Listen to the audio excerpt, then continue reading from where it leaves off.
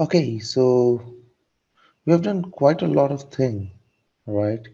I mean, we have done quite a lot of thing in this black and white screen already.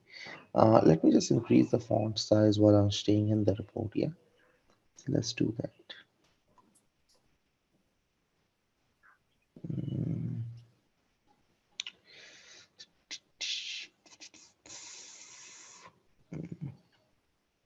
let's make it 15.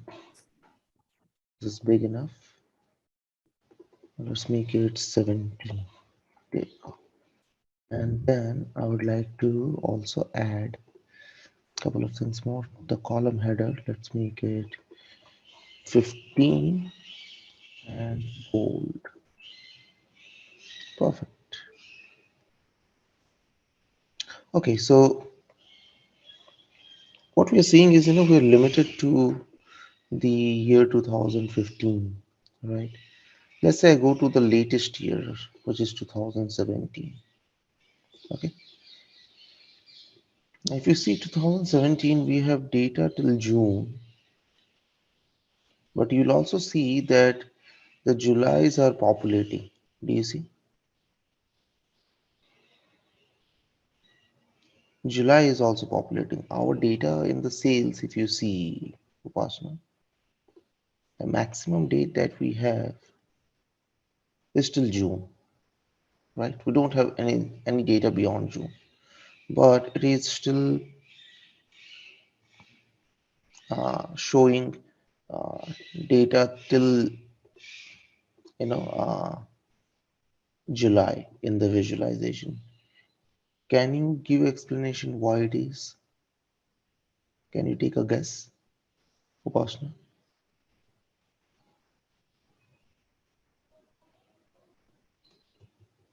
Would you like to take a guess, Upasana? Why uh, July has no records, ma'am? It's a null value? No. We have data till June, so why even July is populating? No. No worries, no worries. Don't, don't worry, let me explain you that. I mean, it's an interesting explanation that you got here. Now, let's say I just take the 2017 calendar, okay? And look at what's happening here. Do you see the highest date in the calendar is still December 2017? So once the auto calendar detects a date or detects a record, it automatically, you know, try to populate the data for the entire year. Okay, so that's what is happening here. Now, if you want, you can actually limit it till the data that we have. So it's a easy way to limit this. But I'm just thinking out loud. Can we implement this? Um,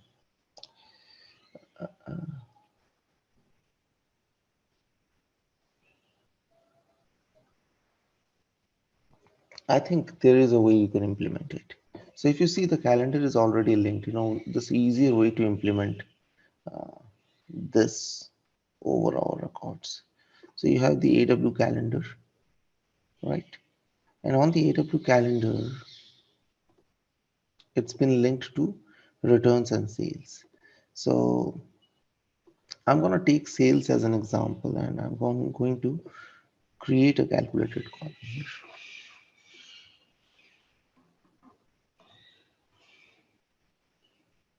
In that calculated column, I'm going to actually plug related date from the sales table. Okay, related order date. You've already seen the related function, but in the context of SumX. Let's try it as a standalone. So related, and we are going to say,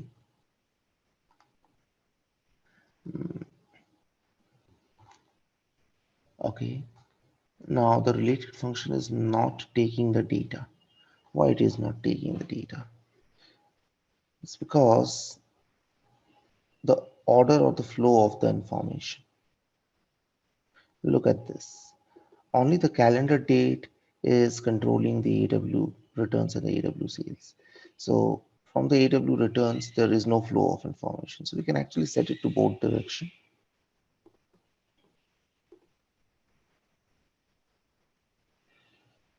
And now if I just plug in the related function, right, you'll see, should see the AW sales.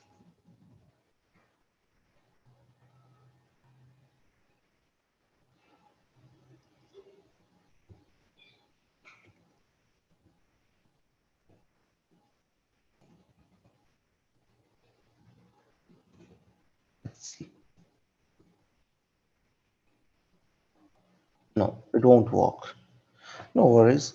It is not working because, our table is a fact table, right? The AW sales. And that's the reason, it's actually not able to pick up everything. But that's totally fine. We'll set it back to our earlier scope because it's a one-to-many relationship. And over here, there are many data, right? So for example, if a particular date repeats many a time. So if you're trying to bring up the column into a table here, it won't make it because it has to multiply the results, right? So let's keep it to single direction, the usual concept. And there's an easier approach to this. Now look at this. July is actually populating for the total revenue blank because the previous month calculation that we have, right? The previous month calculation that we have is extending till June, and even a blank row is getting populated in July because there are no records for us, and it's showing the previous month as June. So what we can do is we can simply hide this row by simply saying that, hey, if the total revenue measure populates a blank, please remove it. And that's very easy to do. So if you look into this visualization, total revenue, let's just keep it is not blank. And do you see? Now it actually shows up wonderful data. Now, just like the previous month, I like to set a target for myself. Okay. So I can actually do that quite easily, setting up a target. What will be the target? Let's say I just set a target of 10%. And on 10%, I like to see where my revenue stands for the current month. Okay. For each month in that case. So you can actually uh, do a quick calculation in here.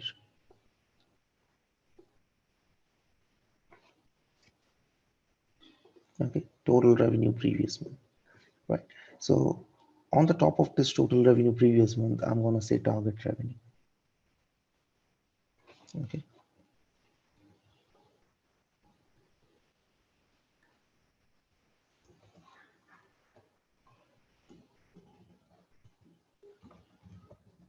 target revenue. And target revenue will be very simple as that. I'm gonna take my total revenue,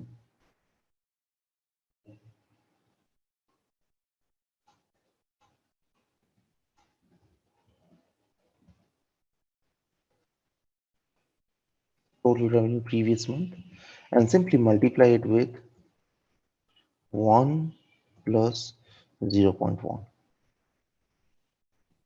Does this make sense what we are doing, Upasna? 1 plus 0 0.1 means 10% and adding that 10% back to this revenue. Okay. Yeah, just a simple unitary function. Yes. Yeah, so this is my target revenue, or we can just call it as revenue target so that it remains consistent. So I can find all the revenue in one place.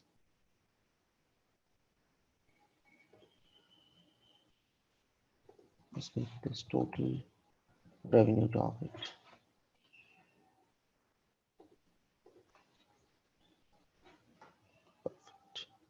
So we have the total revenue target in place, right? Now, if I just plug this total revenue target into the data, how it looks.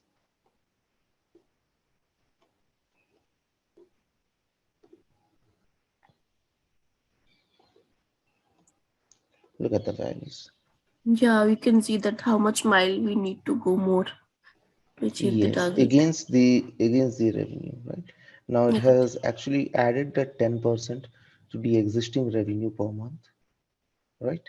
Existing revenue previous month, and we are adding 10% to that, and that becomes my new target for the total revenue. So this was the gap that we had to cover every month. In the current month, this is the target, this is the revenue that we have earned, and that's the difference, right?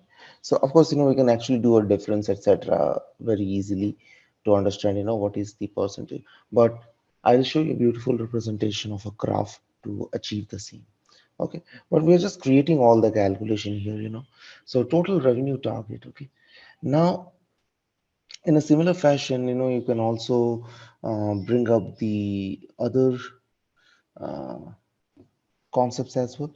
So just like total revenue target, you can also bring the total order target, right? So you can create a new measure,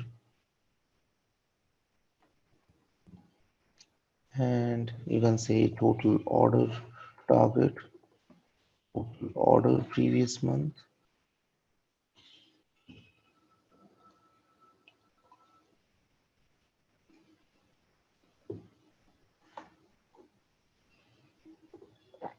There's a typo. There you go.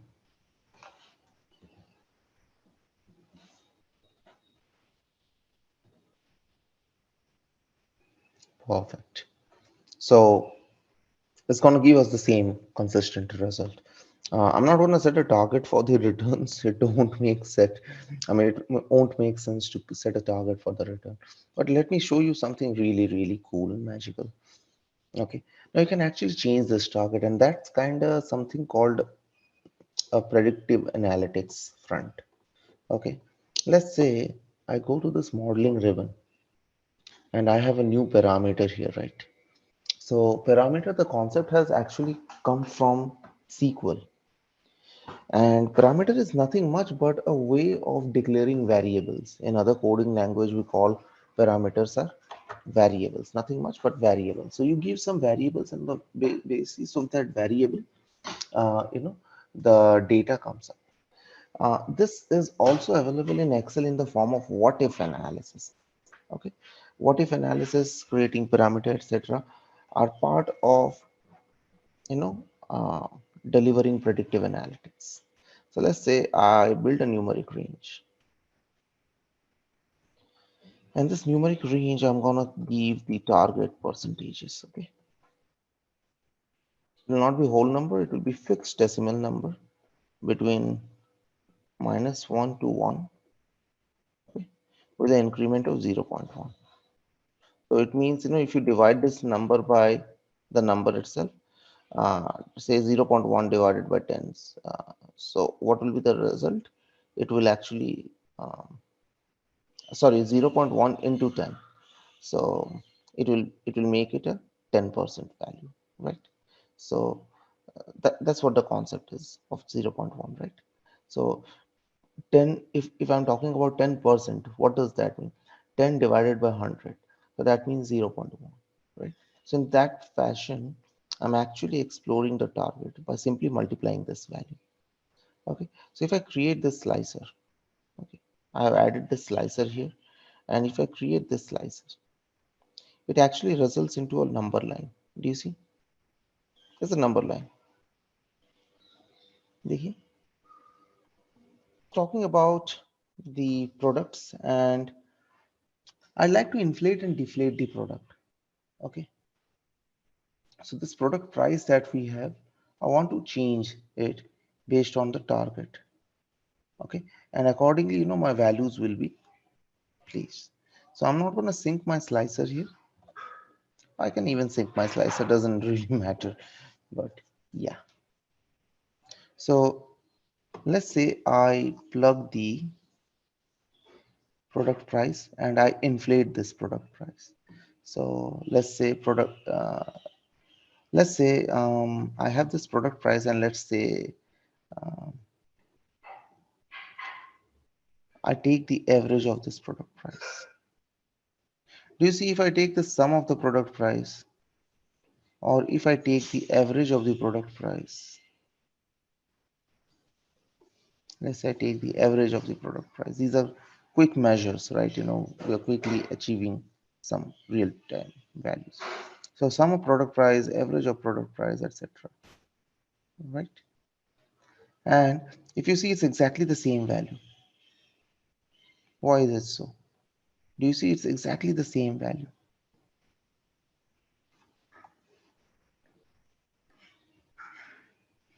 Right? Can you explain the phenomena why the average and the sum are actually the same here in regards to the product? Upashna?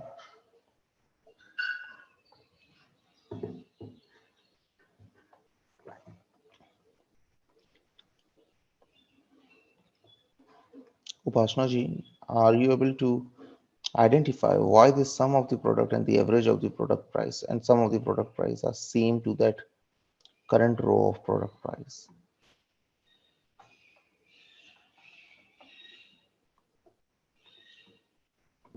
So I've done two things over here, nothing real rocket science. So I've got the target from the first page, just copied and pasted a slicer here.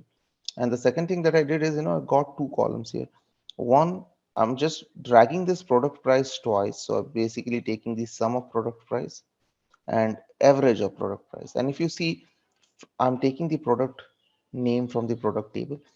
Now my question to you is the product price, the sum of product price and the average of product price. If you see, all of these values are no different. They are actually the same value. Can you take a guess why it is the same value in all the three columns?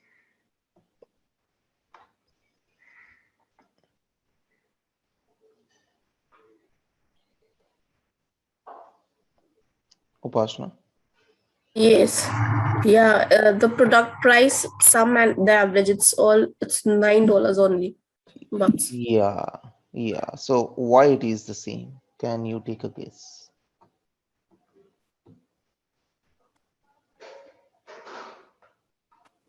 Because only one unit is sold. Not really. We are looking at something you're somewhere close to this answer, but it's not completely the right answer. Let's Okay. look at it. The target percentage. No, that has nothing to do with the data. At this point, we have not linked the product data. But if you look at the product table, this is a dimension table, right? It means Yes. the product does not repeats one particular product, and that's the product. The model won't repeat. So it means if I do a sum of these, right? If I do a sum of this product price, or if I do average of this product price, is going to divide to itself.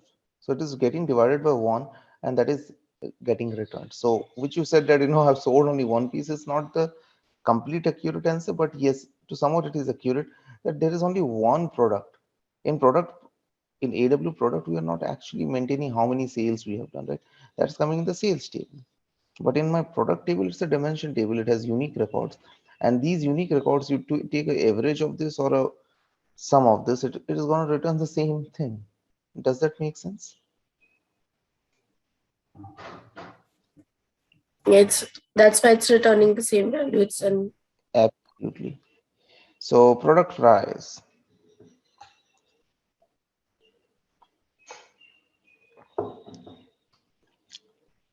and its data.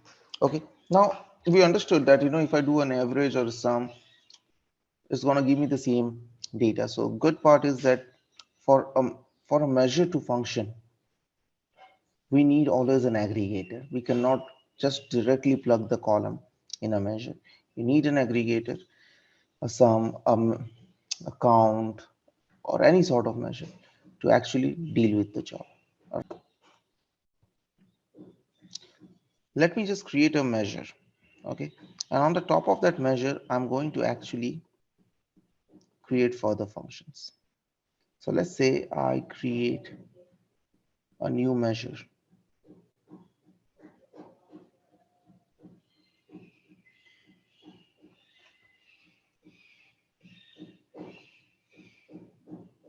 On the new measure, if you look here,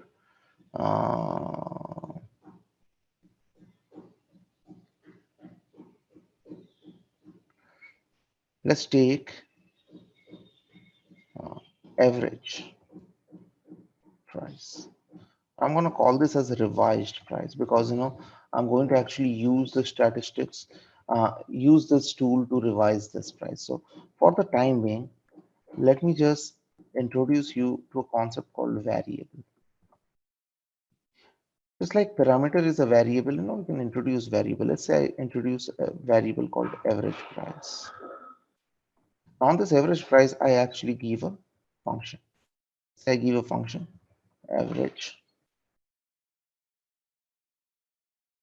AW product price, return. Let's return this. So we can actually decide what we want to return. Let's say we want to return the average price. Because a return, if you just simply write the return, it is going to return all the variables that you are, you know, addressing here. We'll be, of course, plugging in multiple variables, but for the timing, let's return this variable, average price. What will be the output? We'll get a average price. Look at this. So if I just plug the revised price, you'll exactly see the same thing coming up. Let's just convert it to dollars, 0 decimals. Now what I actually want to do is, something similar. You see the target percentage value, right? So I'm going to actually mark the same thing over here, our selected value. So I'm simply going to say into 1 plus target value. That's the way we did it with the previous month, total order previous month and total revenue previous month. Was in percentage and now it's in number. And the target percentage value, right? So look at what's happening now. So if you just move this to 10%, okay, now let me just increase the font size of the slider. I know the values are very difficult to read. Make it 15 and slider header also, let's just make it 15 bold.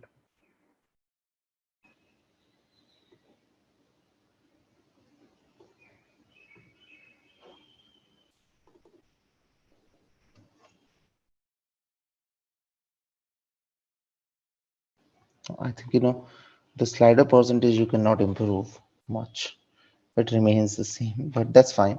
So if I'm now setting my product price to 10%, you see I'm able to inflate and deflate my price, right? Correct?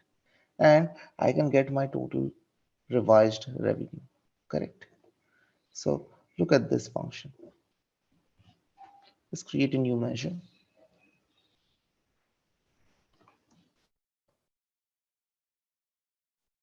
Total revised revenue.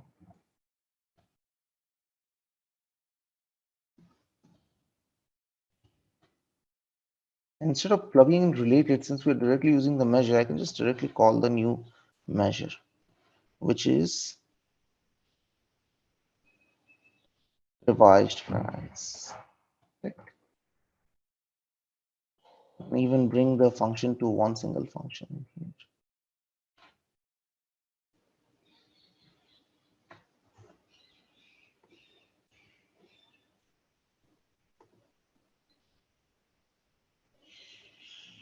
Okay, we have one extra here.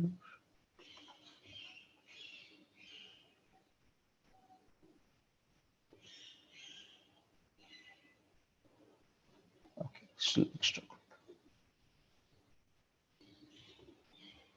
There you go. Right. In a similar fashion, you can also actually go to the total revised revenue, total orders now. Uh, so now that we have the revised revenue in place, so we can also have the revised profit, just like total profit. Okay, so very simple as that.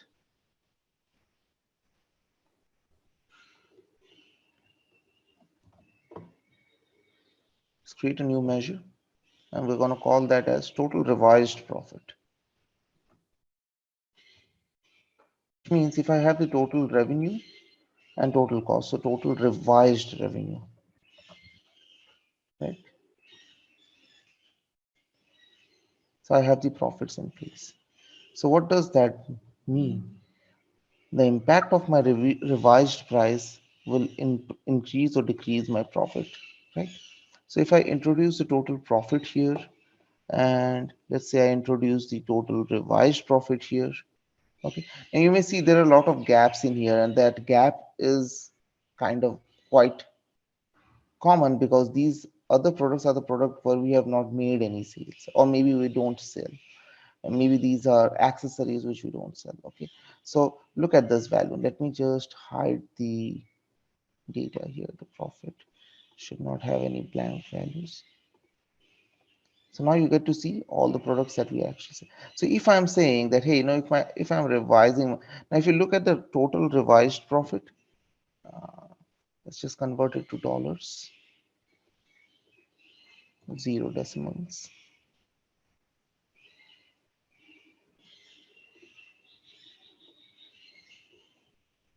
And look at this, 10 percentage. So $175, 10 percentage.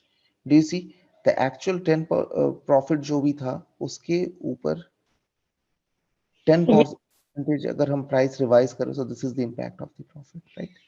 So this is a small example of how predictive analytics work.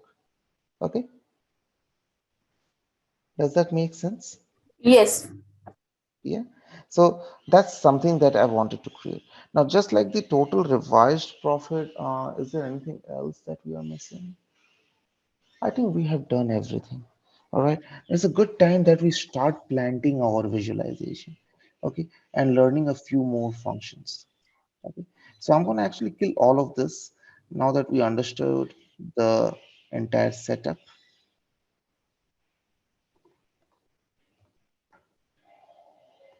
Let's get rid of all of this.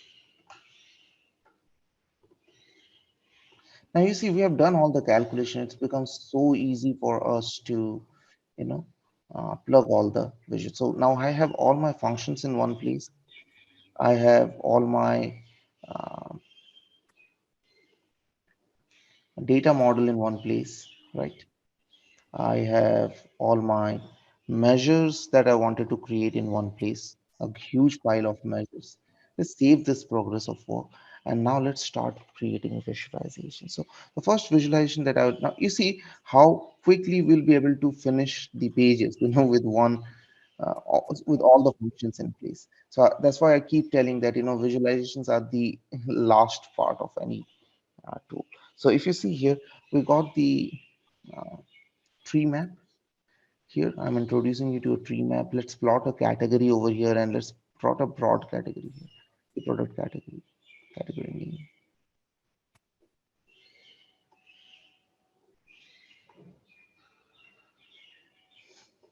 And values, let's plot the total orders. So देखिए आपके कितने orders generate हुए, easily आ जा रहे, correct? Let's also place the commas in here. So when you read now, you get a comma.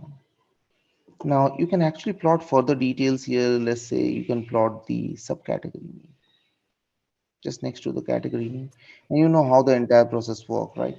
You just click on it. Maybe let's say I click on bikes. I get to see the subdivision of the bikes: road bike, sales quantity, right? Total sales quantity was nothing much but the sum of the order quantity, right? So total sales quantity, this is the data, this is the return quantity, and this is the data, and this is the total order against which these many pieces are sold, right? So if you want, even you can see the data by next level, subcategory, and by all products. So the highest selling product is water bottle, and you get all the details in here, right? Now if you want to analyze the top 10 products that you have, the top 10 orders, you can do that as well. So category name जो है basically uh, product name, मान लीजिए on the product name I can do a top n analysis, and on the top n analysis, let's say I plug this total order and I say only show me the top 10 orders and apply this. You get only the top 10 orders. Okay, but that we don't need. We'll see better details of top end analysis, but at this point we have the total order, total sales quantity, total return quantity, and we have the return percentage as well, right? So we saw the return rate. This was a function that we created yesterday, this one. So we divided, and we saw that how divide brings the function of no sales into one place. So we also have our return rate in place, okay, just by dividing the total return by total sales. Let me kill this too because I don't need this for my analysis and instead need only these in my analysis. So total orders may, let's go to the cell element in the format, okay, and turn on the data bars. You can go to the effects and you can even see if there are any negative values, then positive and negative values go accordingly place. But I would like to give a lighter shade to these positive parts so that the numbers are nicely visible. And return rate जो है,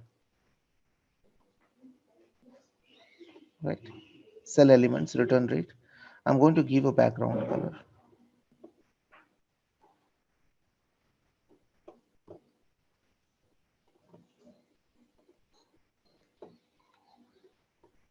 Look at this. You can also give something like this, maybe lighter shade,